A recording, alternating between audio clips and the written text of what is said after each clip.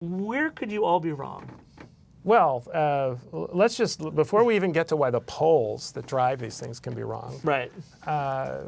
When a model says that something is 60% probable to happen, or 60-point-something% probable to happen, what that means is that there's a 40% probability that it will be wrong.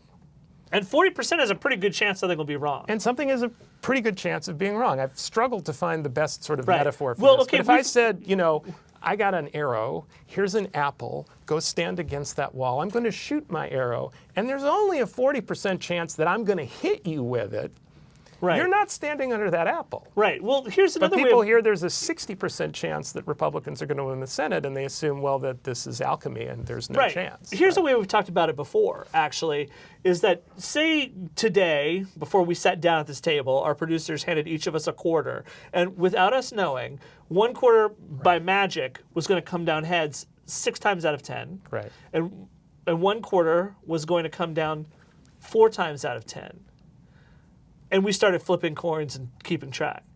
It would be hours of flipping. It would be before we realized who got the bad coin. Thanks to Josh Katz at the New York Times, we can say that it would be about a half an hour. So it would take us 30 minutes of just flipping coins. Yes. To determine, oh, I got the screwed 60 one. You got the good one. 55 versus 50 would take about half an hour. 60, you might cut a little time off of that. But right. So when we're talking about 60% chance, that's great for whoever is ending up with 60%, but it's not like, woo, God, it's locked down. Right.